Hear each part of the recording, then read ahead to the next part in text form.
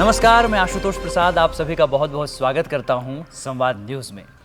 और आज संवाद न्यूज़ में हमारे मेहमान हैं हमारे बस्तर अंचल के जाने माने लोक गायक लोक कलाकार आदरणीय लखेश्वर खुदराम जी। खुदराम जी, आपका बहुत बहुत स्वागत है संवाद न्यूज़ में। ये एक ऐसी शख्सियत है जिन्होंने बस्तर में पिछले 30 सालों से जो लोगों की नज़रों में दर्शकों के सामने जिनका कार्य दिख रहा है, हालांकि ये बहुत पहले से बस्तर के लिए कार्य कर रहे हैं लोक कलाकार के रूप में, और इन बीते 28-30 सालों में जो इनके कार्य दर्शकों तक पहुँचे वो केवल बस्तर तक या छत्तीसगढ़ राज्य तक या हमारे देश तक ही नहीं, मैं बड़े गौरव के साथ कहना चाहूँगा कि अंतर्राष्ट्रीय स्तर पर आदरणीय लखेश्वर खुदराम जी के कार्यों ने बस्तर को पहचान दिलाई है। और एक बार फिर से मैं आप सभी दर्शकों की तरफ से और अपनी ओर से आदरणीय लखेश्वर खुदराम जी का दिल से स्वागत करना चाहता हूं। बहुत बहुत आपका फिर से स्वागत है। आजकल क्या चल रहा है अभी फिलहाल, तो पहले सबसे पहले ये बताइए।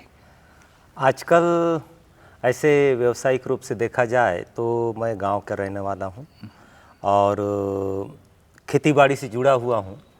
और आजकल जैसे कि आप जानते हैं कि कटाई का काम चल रहा है, और जहाँ तक रचनात्मक दृष्टि से देखा जाए तो मेरा अपना खुद का एक प्रोजेक्ट है जो मतलब अभी तक सिनेमा स्कोप हल्बी में फिल्म नहीं बना है, जो मतलब आप भी जानते हैं जी। तो उसका शूटिंग भी अभी जारी है। साथ साथ में जो खेतीबाड़ी का काम तो हो ही रहा है, साथ साथ में जब भी मौका मिलता है समय देख देख के, क्योंकि बस्तर के जो कलाकार हैं, स्थानीय कलाकार, वो मुख्य रूप से क्या है, व्यावसायिक तो नहीं है, वो मतलब क्या बोलना चाहिए, प्रोफेशनल कलाकार तो नहीं है। वो कोई तो नौकरी करता है, कोई तो खेती करता है या फिर कोई दूसरा काम करता है। तो उनको जोड़ना और एक मंच में लाना थोड़ा सा उतना सहज भी नहीं है। इसलिए क्या है कि उनके समय के अनुसार मेरा जो रचनात्मक काम चल रहा है और खाली समय में मेरा जो खेतीबाड़ी का काम वो जारी है। अभी तो खेती का समय है। लखेश्वर खुदराम जी, मैं आपसे ये जानना चाहूँगा कि आपने बस्तर के गीत संगीत को अपनी कला को कहाँ कहाँ तक पहुँचाया है? जी, ये मेरे लिए एक सौभाग्य और गर्व की बात है कि शुरू से लेकर के अब तक, जब से मैंने अपने लोक कला को अपना एक साथ रखा है, तब से लेकर के अब तक सबसे पहले क्या है कि मैं आपको बता दूं, मेरे जो नाना जी थे वो चैत परब गायक थे जी। तो उनका जो थोड़ा सा प्रभाव मेरे माँ में गया था, वो भी गाती थी। तो शायद उन्हीं का जो अनुवांशिक जो प्रभाव मेरे में रहा हो, तो शुरू से ही कुछ गाने उन्हें का मतलब एक शौक़ था। और तब से लेकर के अब तक, और जब 1975 में जब आकाशवाणी जगदलपुर का जो उद्घाटन हुआ जी। और बस्तर के जो रेडियो में पहली बार बस्तर के जो लोकगीत बजे जी। और उस दरमियान उस दिन मैं जगदलपुर में ही था, क्योंकि संजय गांधी जी आए हुए थे उस दिन जी। और उन्हीं के द्वारा मतलब आकाशवाणी जगदलपुर का उद्घाटन हुआ था जी। अब रेडियो में जब बज रहा था तो मन में एक जिज्ञासा हुआ कि काश हमारे गीत भी रेडियो में बजते। तो इस इच्छा को लेकर आगे बढ़ा और मैंने 1978-79 में मैंने स्वर परीक्षण पास किया जी। बी ग्रेड कलाकार में। और जब मेरा गीत रेडियो में बजने लगा, तब से लेकर के अब तक निरंतर मतलब लोकगीत लोक कला के क्षेत्र में मैं आगे बढ़ रहा हूँ। और एक बात मैं बता दूँ, मेरी माँ जो थी, क्योंकि मैं चिल्ला चिल्ला के गाते रहता था, जब काम कर रही होती तो उनको व्यवधान उत्पन्न कर देता था, तू भीख मांगने के लिए पैदा हुआ है, जाके भीख मांगेगा, इस तरह की मेरी मम्मी बोलती थी। और खुद भी मतलब जो खेतों में खलिहानों में जाती थी तो जैसे लोक कथा, जैसे गांव में लोक कथा या लोक गाथा, जिसको मतलब कि एक लयबद्ध ढंग से खेतों में काम करते हुए गाया जाता है, मेरी माँ गाती थी। और वो जो लोक कथा या लोक गाथा भी कह सकते हैं इसको, क्योंकि मतलब स्थानीय परिवेश से जुड़ा हुआ जो कथा होता था उसको मतलब क्या है कि एक लय के साथ गा करके 2 दिन 3 दिन तक मतलब सीरियल रूप से चलता था लंबा, तो सुनने में अच्छा लगता था। तो तब से लेकर के अब तक मतलब ये लोकगीत, लोक नृत्य और साथ साथ में जब आगे बढ़ा तो अपना अभिनय भी थोड़ा बहुत करना और कहानी लिखना, लोक कथा लिखना। और उस समय क्या है कि हास्य वार्ता एक गुड़िया खाजा के नाम से जगदलपुर में प्रचारित होता था, उसके लिए लिखता था। इस प्रकार मतलब चल रहा जी। लगातार 1975 से जी आप सक्रिय रूप से कला के क्षेत्र में आए हैं और लखेश्वर खुदराम जी का एक गीत ऐसा जादू है मेरे बस्तर में, जी हाँ, और उसी पे चर्चा करने के लिए खास तौर पर, बाकी चर्चा तो होगी ही होगी, मैंने आज इन्हें आमंत्रित किया है। ऐसा जादू है मेरे बस्तर में एक ऐसा गीत जिसने अंतर्राष्ट्रीय स्तर पर धूम मचाई और बस्तर को तो विशेष पहचान दिलाई, और उसके लिए हम आपका बहुत बहुत शुक्रिया अदा करते हैं और आपकी टीम का शुक्रिया अदा करते हैं। सबसे पहले तो मैं जानना चाहूँगा कि उस टीम में मुख्य रूप से कौन कौन थे, कौन शख्सियत थे जो आप सब ने मिलकर के ऐसा जादू है मेरे बस्तर पे तैयार किया?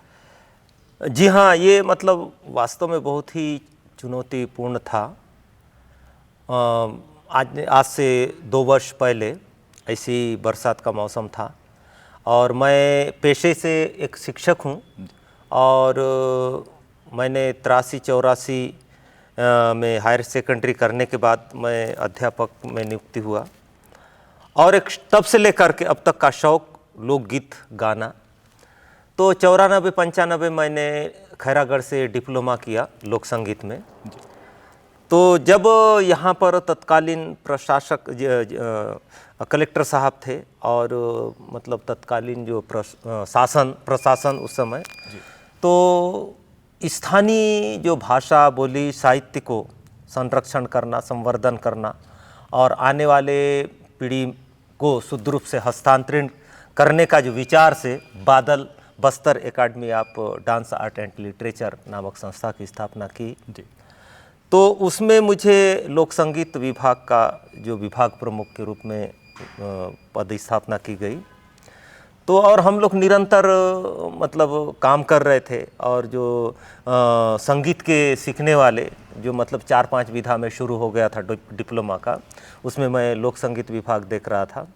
उसी दरमियान बॉम्बे से टीम जो मतलब आई और बादल में मतलब उनका हमसे भेंट हुआ और वो चाहते थे कि जो बस्तर के जो गीतों को एक नया रूप दिया जाए जिसको फ्यूजन कहा जाता है आज के समय में। तो मेरे लिए भी बहुत अजीब सा अनुभव था कि ये क्या चीज़ है, हम तो सीधे साधे गाते हैं और ज़्यादा मैं वो फ्यूजन गीत सुन भी नहीं पाया था। तो उन्होंने उस थीम को समझाया, ऐसा है आप जो भी लोकगीत को गाएंगे आप अपने क्षेत्र तक सीमित हैं, अपने गीत को आपके सीमित क्षेत्र में ही सुन पाएंगे। तो आपके गीतों को यदि उसका हिंदी में उसका फ्यूजन किया जाता है तो आपके साथ साथ मतलब पूरे देश में इसको सुन पाएंगे, उसके मीनिंग को जान पाएंगे, उन्होंने समझाया। और बहुत कठिन परिस्थिति था और उन्होंने लगभग 1 सप्ताह के लिए आए हुए थे, उन्होंने बॉम्बे से आए हुए थे। इसमें मुख्य रूप से आलोक श्रीवास्तव जी थे, वो मतलब गीतकार थे जी। और पीयूष कपूर ये मतलब एक अच्छे मतलब गायक, मजे हुए गायक और मतलब वो ससंगीतकार भी थे। और अपने स्थानीय कलाकार में जैसे राहुल रायकवार है, उसके बाद अभिलेष जी भी थे शायद। हाँ, अभिलेष जी मतलब गायक में थे और विनीता थी, स्मृति पाड़ी थी और उसके अलावा अभिलेष कुमार तो थे ही, जैसे शिवम जी थे, ये मतलब गिटार प्रभाग देख रहे थे। और अनुराग जोश मतलब जो जी ये स्थानीय मतलब क्या बोलना चाहिए क्रिएटिव प्रोड्यूसर कह सकते हैं। उनके मार्गदर्शन में जब टीम आई हम लोगों ने चर्चा किया और उनका प्लान था कम से कम 5-6 गीतों का फ्यूजन करना। अच्छा। तो मैंने कुछ गीतों को बताया जो पारंपरिक हैं, तो उनका उन्होंने किया और उनका मेन मंशा था आया मचो दंतेश्वरी। अच्छा। उसका फ्यूजन वो करना चाहते थे। तो इसके लिए दिक्कत ये थी क्योंकि आया मचो दंतेश्वरी एक मतलब रचना गीत था, हालांकि भले उसको बस्तर के लोक धुन पर लोक धुन को आधार मानकर उसको गाया गया था जी। और इसको काशीनाथ सामंत जी ने इसकी रचना की थी जी। और ये 1975 में जब पहला आकाशवाणी खुला तो उस दरमियान स्वर्गीय मेघनाथ पटनायक जी ने इसको स्वर दिया था और उनकी जो क्या बोलना चाहिए, नाम भूल रहा हूँ, सुषमा झा जी जी जी जी, उसमें उन्होंने कोरस किया था। अच्छा, राजेश महंती जी का भी इसमें योगदान था? राजेश महंती म्यूजिक या कुछ में, ऐसा मैंने सुना है कई बार। हो सकता है, लेकिन फ्यूजन में आया फ्यूजन में नहीं, जब शुरुआती हो सकता है, इसकी जानकारी तो मुझे नहीं है, हो सकता है हुआ रहा होगा।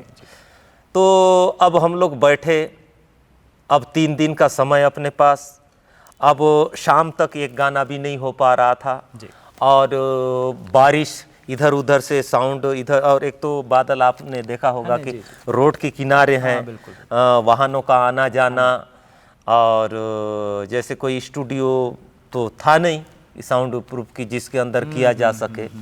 तो ऐसे परिस्थिति में हमने 3 दिनों में 5 गानों का हमने रिकॉर्डिंग किया, 4 गानों का।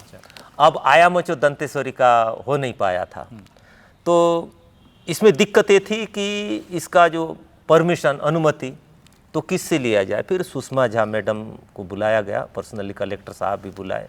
तो कैसे पता लगा कि सुषमा झा मैम से नहीं, काशीनाथ महंत जी के जो मतलब सुपुत्री सुषमा मैम हम जी तो थी, इतना जानकार।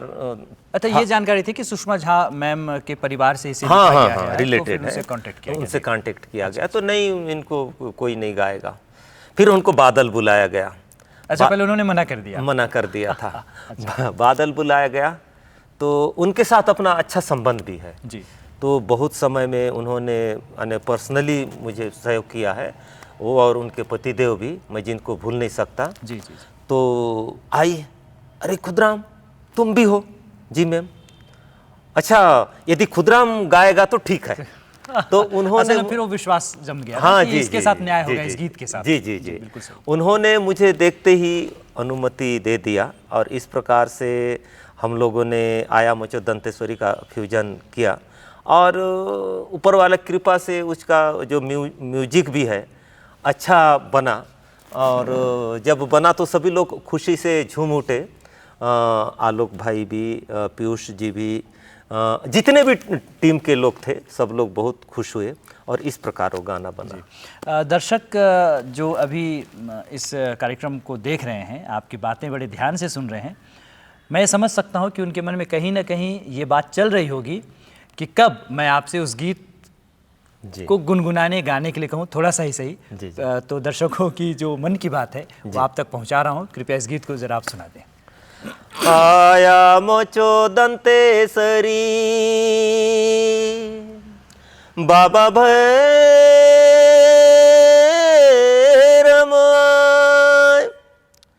भाई दंडकान इंद्रावती तुमके शरण शरण आया मचो दंतेश्वरी बाबा भैरम आया मचो दंतेश्वरी बाबा भैरम भाई दंडकार बहन इंद्रावती सुंदर मचो तुमके शरण शरण आए तुमके शरण शरण आए मैं आए बस्तर जिला चो आदिवासी पीला मैं आए बस्तर जिला चो आदिवासी पीला। बहुत सुंदर, बेहतरीन बेहतरीन बेहतरीन। इन गीतों को लेकर के मंच के माध्यम से जब से ये गीत तैयार हुआ है, आपने कहाँ कहाँ इसकी प्रस्तुति दी है? जी, हमने हमारे छत्तीसगढ़ के राजधानी में 3-4 बार वहाँ पर प्रस्तुति हुई।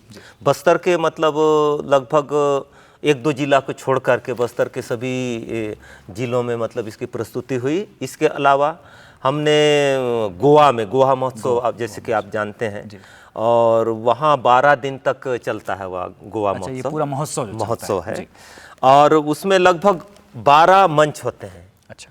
और अलग अलग मंच में अलग अलग तरह के कार्यक्रम, कहीं पर क्लासिकल है तो कहीं वेस्टर्न है तो कहीं फोक है, इस तरह से मतलब जिसको जो रुचि है उस मंच में जाता है। और सौभाग्य से गोवा महोत्सव में जाने का मौका मिला। और आप तो जानते हो कि गोवा महोत्सव बहुत बड़ा महोत्सव है और फिल्मी दुनिया से जुड़े हुए बहुत बड़े बड़े संगीतकार, डायरेक्टर, ऐसे लोग भी वहाँ पर आए हुए थे और उन्होंने भी इसको सुना और उन्होंने तारीफ की। ये मेरे लिए बहुत ही खुशी का पल था। उसके अलावा हमने आपका लखनऊ में आपका जब वो चल रहा था, क्या बोलना, कुंभ चल रहा था उस दरमियान, उसके बाद फिर बॉम्बे में, अभी गुजरात जामनगर वगैरह में भी होने का है भविष्य में। और आने वाला समय में विदेशों में भी इसकी प्रस्तुति होनी है। अभी उसका डेट तो अभी क्लियर नहीं हो पाया है। तो जादू बस्तर के माध्यम से और जहाँ भी गए लोगों ने बहुत ही हमको स्नेह दिया। ये बहुत इसमें भाषा मतलब एक बाधक नहीं रहा। जी, संगीत की यही तो जी विशेषता है। हाँ। और कई कार्यक्रम के लिए आपके पास कॉल भी आते हैं कि आपको आना है, लेकिन आप शायद व्यस्तता की वजह से जी कई जगह पे आप नहीं जा पाए। इसका अफसोस भी होता होगा कई बार। बिल्कुल। और दूसरी बात क्या है कि अभी मैं अध्यापक तो था, लेकिन सेवानिवृत्त होने की वजह से थोड़ा सा समय का भी, उम्र का भी थोड़ा सा असर रहता है। शरीर कभी स्वस्थ रहे कभी न रहे, तो इस बात को का भी मुझे ध्यान रखना होता है। तो इसलिए बहुत सारा कार्यक्रम में मैं कभी मेरे न जाने की वजह से क्या है कि कार्यक्रम नहीं ले पाते। और कलाकार एक जगह से नहीं है, तो जैसे कि मैं बता रहा था पूरे बॉम्बे से मतलब इंस्ट्रूमेंट हैं, अपने स्थानीय जो इंस्ट्रूमेंट हैं, और जैसे कि अबलेश हैं, विनीता है, राहुल है, और अपने और भी कलाकार हैं, इन लोग सब जुड़े हुए हैं। तो सब एक मंच में आना, फिर वहाँ जाके प्रैक्टिस करना, फिर शो करना, तो ये थोड़ा सा एक जगह के हो जाएं, एक ही शहर के हो जाएं तो दिक्कत थोड़ा सा कम होता। जी। अच्छा, एक बात बताइए, मैं जब यहाँ बस्तर लोकोत्सव में शायद पिछली बार जी मैं जब कार्यक्रम देख रहा था, ये गीत आप जब प्रस्तुत कर रहे थे तो अभिलेश भाई खड़े थे, आप थे और आपके साथ एक मैम खड़ी थी जो गा रही थी। उनका शुभ नाम मैं जान सकता हूँ? ऐसे 2-3 है। एक तो विनीता पांडे हैं, एक कोमल साहू, उन्होंने भी अच्छा, एक रीनू करके है जी, और इसमें स्मृति पाड़ी जी। तो उस समय शायद विनीता रही जी, क्योंकि बाकी कुछ चेहरे से तो मैं जानता हूँ जी, अलग अलग मंच में मतलब अलग अलग जी। और इस गीत को लेकर के और आपका अभी तक का जो भी प्रयास रहा है जी, लोगों ने, दर्शकों ने, श्रोताओं ने आपको बेहद प्यार दिया है। बिल्कुल। आप क्या कहना चाहेंगे? ये तो मेरा परम सौभाग्य है कि मैं दर्शकों को, यानी जितने भी दर्शक हैं उनको, उनका प्यारा बन गया। और ये मतलब मेरे अकेला का प्रयास नहीं, मैं अपने जो पूरा दायरा टीम को मतलब मैं हृदय से उनका आभार व्यक्त करूँगा। पीयूष जी का, आलोक श्रीवास्तव जी का, शिवम जी का, और अपने जो अनुराग जोश हैं, अबलेश हैं, विनीता है, स्मृति हैं, राहुल हैं, ये जितने भी लोग हैं ये मेरे टीम वर्क के। और एक बात मैं बता दूं, जो मोहरी वादक थे अपने श्रीनाथ नाग जी, अब शायद अभी उनका देहांत हुआ, वो उनके लिए मैं श्रद्धांजलि व्यक्त करता हूं। तो ये पूरे टीम वर्क है, और जब तक टीम वर्क अच्छे से ना हो तो मतलब कार्यक्रम को एक मुकाम तक नहीं पहुंचाया जा सकता।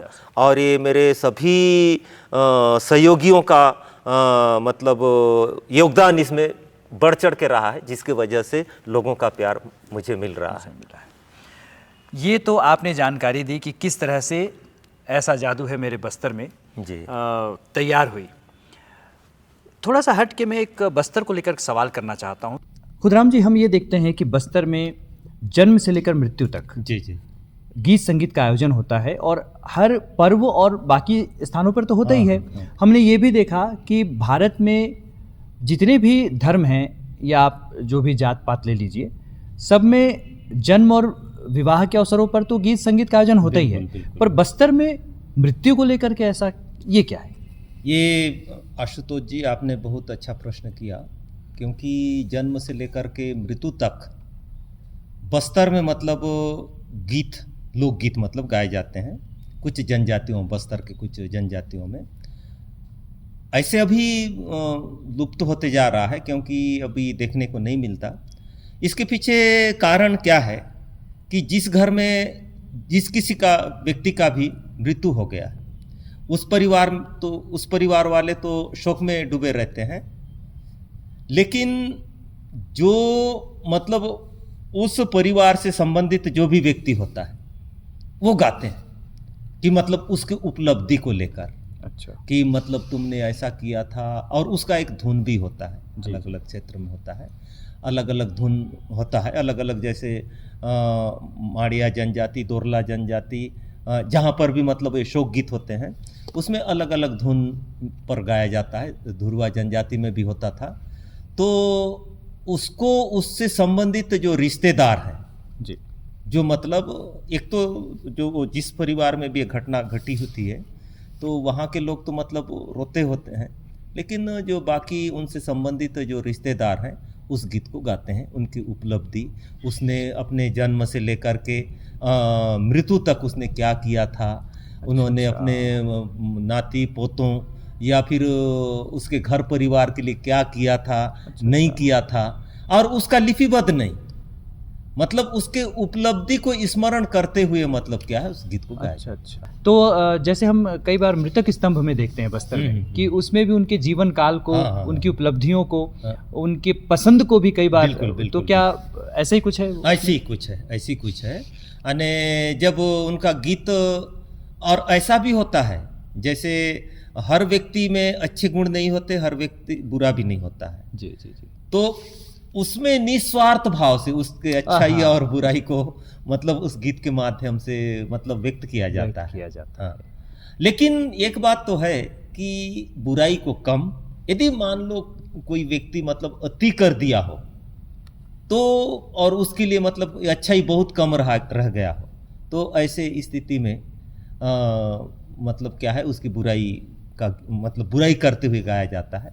नहीं तो उसके प्राय उपलब्धियों को याद करते हुए एक शोक गीत के रूप में जी, उसको शोक लहजा में कहा जा सकता है, उसको गाते हैं।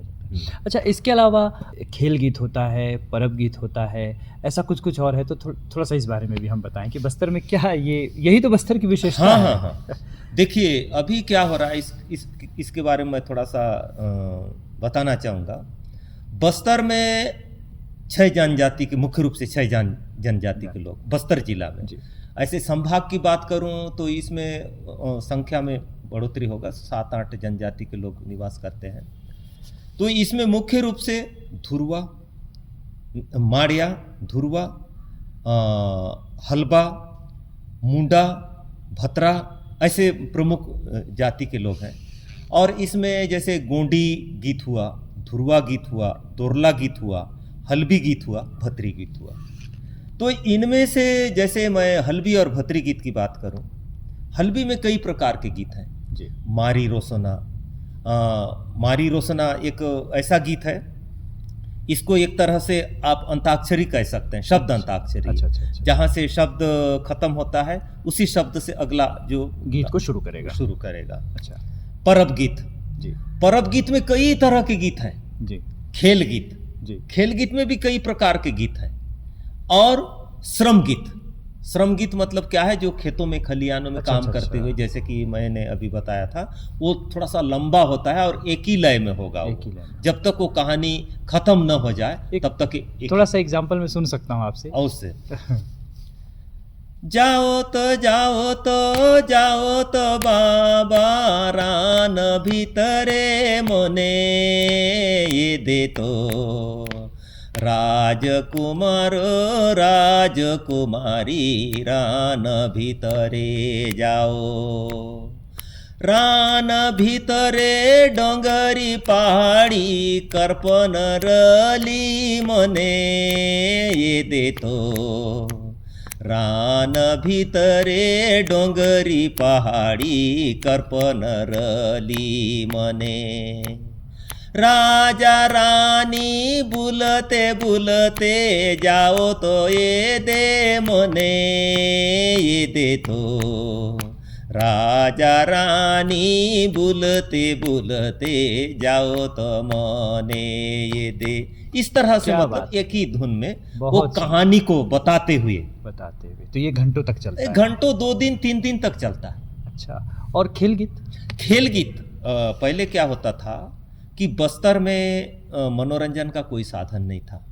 एक तो स्थानीय नाट होता था और उस समय युवक युवती ही नहीं सभी वर्ग के लोग जी एक खेल कोटार होता था।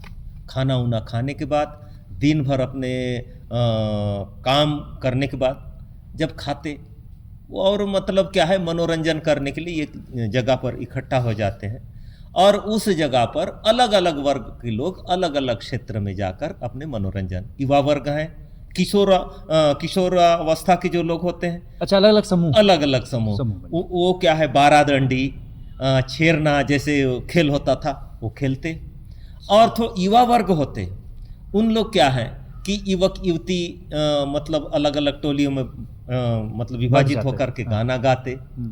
और जो बुजुर्ग वर्ग के लोग होते हैं वो भी गाना गाते, लेकिन उनका गाना गाने का तरीका अलग अलग होता था। जैसे युवक युवतियां हैं ये मतलब झूमते हुए थोड़ा सा बिना वाद्य के भी थिरकते हुए मस्ती के साथ गाते। अच्छा, और जो बुजुर्ग वर्ग के मतलब एक जगह बैठे हुए हैं, अच्छा बैठे हुए हैं और अपना मतलब गाना गा रहे हैं, उसमें सवाल जवाब भी हो रहा है या फिर बिना सवाल जवाब का भी, जैसे चैत परब है, मारी रोशना है, उसी श्रेणी में आएगा। अच्छा अच्छा, हाँ, तो उसमें बैठ के बाली रे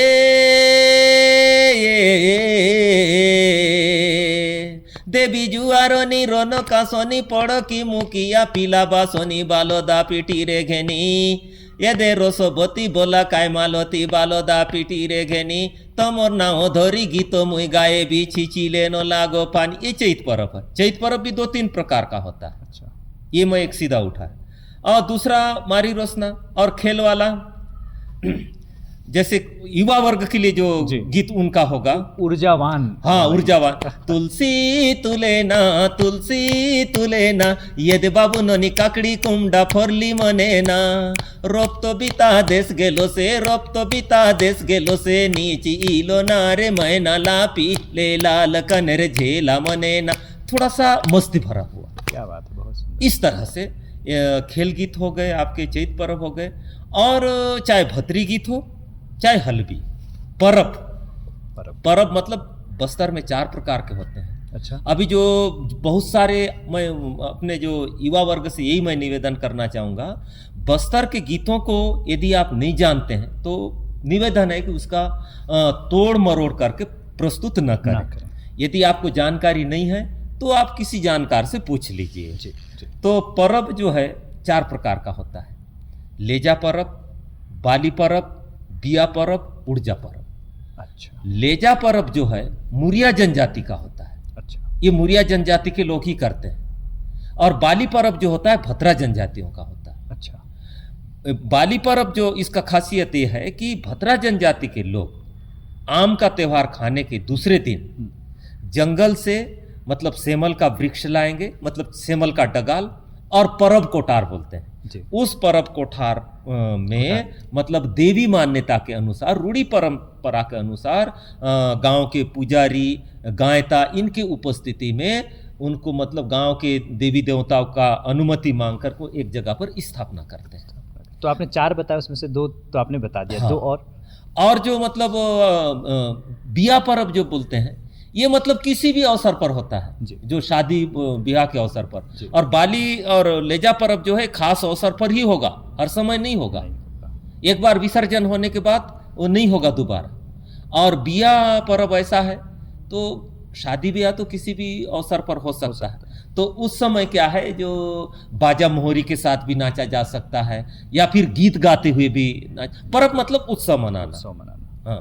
और ऊर्जा परब जो होता है ये शादी के अवसर पर और बस्तर में जो एक दिहाड़ी त्योहार होता है, ये जो धोरी गाय बैल चराने वाले जो होते हैं, उस दिन क्या है अपने जहाँ जहाँ भी मतलब वो पशु मालिक उनके घर जा कर के साल भर में एक बार कुछ अनाज, कुछ मतलब पैसे उनसे लेते। तो ये छेरछेरा से जुड़ा हुआ है? हाँ, छेरछेरा से जुड़ा हुआ, लेकिन बस्तर में आप जानते हैं अलग अलग गांव में अलग अलग समय में त्योहार होता है, लेकिन छेरछेरा जो है एक ही समय में होता है। अच्छा, वो अलग है ये? हाँ, थोड़ा सा अलग है। किसी किसी गांव में उसी अवसर पर भी होता है जी। तो उन्होंने एकत्र किया, पशु जो मालिक है उनके यहाँ जाके एकत्रित किया, नाचते गाते हुए, और मतलब वहां पर उस मालिक का प्रशंसा करते हुए, कितना दिया कितना पाला करते हुए, मतलब जो क्या है वो चरवाहा, क्या बात, वो मतलब झूमते हुए मतलब उस नृत्य को पर्व के अवसर ये उड़ जा यानी इस तरह से उसके मुंह से मतलब निकलेगा। क्या बात है। हाँ, तो ये इस तरह से मतलब, और अलग अलग पर्व के बहुत सारे गीत हैं, खेल के गीत अलग हैं। तो जैसे बहुत सारे लोग झेला गीत गाओ, झेला गीत क्या है? झेला गीत बस्तर में है ही नहीं। झेला मारी मारी एक बोल है। अच्छा अच्छा अच्छा, मतलब किसी गाना का बोल है। हाँ, तो उसको झेला गीत गाओ। अच्छा, जैसे मान लीजिए हमारा हल्बी में गीत है मोचो में, मान लीजिए। हाँ, तो लोग बोले मोचो में सुना दो। हाँ, तो ऐसी झेला के नाम से शुरू था, तो झेला को ये सोच लिया गया जैसे खेल गीत है, पर्व है। हाँ, दूसरे वैसी झेला भी है, जबकि ऐसा नहीं है। ऐसा नहीं है। अच्छा। हाँ, तो ऐसा है बहुत। तो झेला ऐसा कुछ गीत नहीं है, वो एक रचना हुई थी। हाँ, मतलब वो पर्व गीत का एक अंग है, उसका टोन कहा जा सकता। अच्छा, टोन। Okay okay. जैसे ले जा ले जा ले जा ले जा पापा ले जा बाकर ले जा, मतलब बहुत सारे लोग तो लेके जा, ऐसा कुछ नहीं है। अच्छा। वो एक टोन ले जा ले जा ले जा ले जा, जैसे शायरी लो हाँ, शायरी लो है। अच्छा। मतलब उस गाने को मतलब कैसे सुंदर बनाया जाए। ओके। हाँ, तो इस तरह से मतलब ये है। और जैसे मैं बता रहा था आयामच दंतेश्वरी, तो इसमें जैसे ले जा ले जा ले जा ले जा, मैं बोल रहा था ले जा भी 2-3 तरह से गाए जाते हैं। तो आयामच दंतेश्वरी ले जा के धुन पर ही उसको मेघनाथ पटनायक ने गाया। एक तो ले जा मतलब क्या है, जो मतलब बुजुर्ग वर्ग, ले जा रे ले जा पापा ले जा बाकटी रे सुंदर ले जा बाकटी, ढेला कूड़ा बटे नीजा कारे सुंदर मोचो, ये दो हो से आपोटी पापा झमकना खेलवा चमकना। ये लेजा जो है ये धीरान लेजा बोलते हैं। हाँ। तो दर्शकों, आप लगातार लखेश्वर खुदराम जी को सुन रहे हैं, और बस्तर को जानना इतना आसान नहीं है, बहुत वक्त लगेगा।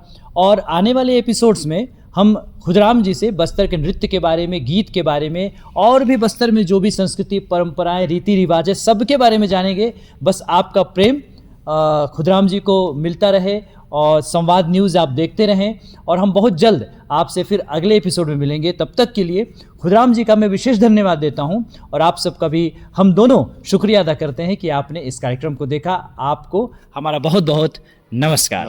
जय बस्तर, जय छत्तीसगढ़।